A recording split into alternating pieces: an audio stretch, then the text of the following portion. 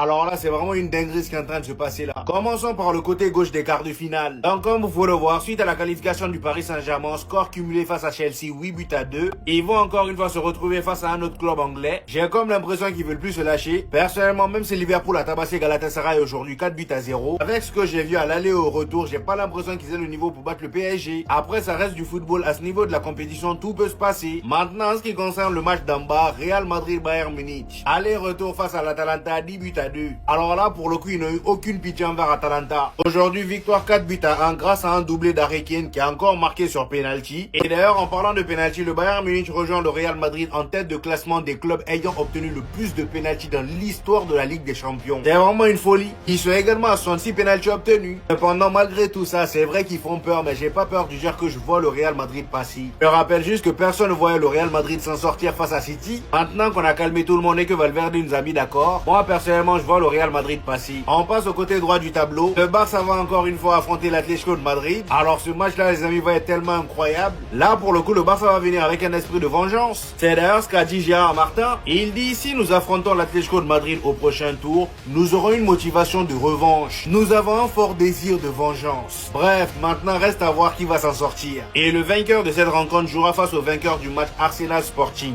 Bon là, pour le coup, je pense que de tous les matchs, c'est Arsenal qui s'en sort le mieux. Ils ont tellement eu un parcours facile. Après, j'ai envie de dire, ils ont terminé premier, c'est normal. Qu'est-ce qui vient de se passer avec Galatasaray? Pour gagner 1 but à 0 à l'aller, comment vous êtes débrouillé pour perdre 4 buts à 0? Avec une prestation pitoyable en plus de ça, même si l'arbitre aujourd'hui était bizarre, c'est pas une raison. Et quand je dis bizarre, je parle des fautes non sifflées de part et d'autre. Et même ce penalty qui a été sifflé pour Liverpool par exemple, c'est trop léger. Aujourd'hui, en première mi-temps, malgré que Liverpool non plus n'était pas terrible, ils ont quand même réussi à mener 1 but à 0 avant la pause grâce à un but de Szoboszlai. Ils ont même eu l'occasion de marquer le deuxième but sur penalty. Malheureusement pour eux, Mohamed Salah l'a raté. Juste après la deuxième mi-temps arrive, Liverpool était beaucoup meilleur. À la 51e minute, sur une passe en profondeur de Mohamed Salah pour Ekitike, le dernier place le ballon, 2 buts à 0. À ce moment-là, la qualification était encore à portée de main de Galatasaray, étant donné qu'il suffisait seulement de marquer un but. Sauf que malheureusement pour eux, 2 minutes après, l'écart se creuse. Gravenberch vient marquer le troisième but sur une magnifique action de Liverpool. Mohamed Salah qui reçoit une magnifique passe en profondeur. Il enchaîne par un tir qui est directement repoussé par le gardien. Gravenberch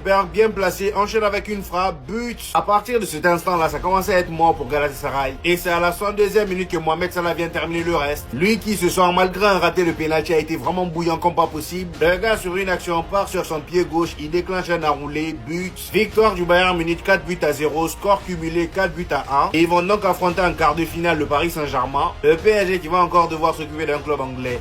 Non mais là Newcastle c'est pas sérieux. Je savais que le Barça était dangereux au Camp Nou mais pas à ce point. Au moment où je vous parle il y a 6 buts à 2, le match est déjà terminé. Et pourtant tout avait bien commencé pour eux lors des 2 premières minutes. Je les voyais tellement déterminés, ça jouait haut, ça pressait le Barça. Ils ont réussi à faire du tête à tête avec le Barça juste en première mi-temps. En deuxième mi-temps ils ont coulé. Pendant que Newcastle était plein d'ambition, dès la 5e minute le Barça les a calmés. Sur une prise de balle incroyable de Lamine Yamal qui casse les rangs du milieu de Newcastle. Il traverse le milieu, passe en profondeur pour Rafinha. Rafinha récupère le ballon et malheureusement pour Newcastle, il y a leur défenseur qui glisse. Je sais pas s'ils ont mis de lui sur pelouse. Franchement, je comprends pas. Aujourd'hui, les joueurs de Newcastle faisaient que glisser. Il donne le ballon à Firmino Lopez qui lui remet. Le gars place le ballon, but. Juste après ça, on a Elanga qui égalise sur une passe en profondeur de Hall. De toute façon, aujourd'hui, à chaque fois que Newcastle était dans les derniers matchs du FC Barcelone, le Barça était en danger. En première mi-temps, en tout cas. Elanga devant Juan Garcia, il place le ballon, but. Juste après ça, on a Bernal qui claque le deuxième but. Et au moment où je vous parle, il y a le 7e but. Bernal marque sur une action qui part d'un coup franc de Rafinha. Remise de la tête de Gérard Martin qui a été monstrueux aujourd'hui. Et Caviar qui lâchait aujourd'hui, vraiment mettez du respect sur son nom. D'ailleurs sur le but de Firmino Lopez, c'est lui qui fait la magnifique passe à Rafinha. Et juste après ça, t'as Rafinha en une touche qui fait la passe en profondeur à Firmino Lopez. Le gars arrive devant le gardien sans bégayer, il termine. Tellement il y a eu des buts, je sais même pas ça c'était le combienième but. La grosse erreur que Newcastle a fait, c'était de partir à la mi-temps en étant mené au score. Le penalty que Lamine Yamal marque avant la mi-temps, c'est ça qui les a tués. Parce que dès le retour du vestiaire, c'était régalade totale. Même Robert Lewandowski qui faisait que rater, le gars il a réussi à marquer. Il a claqué un doublé.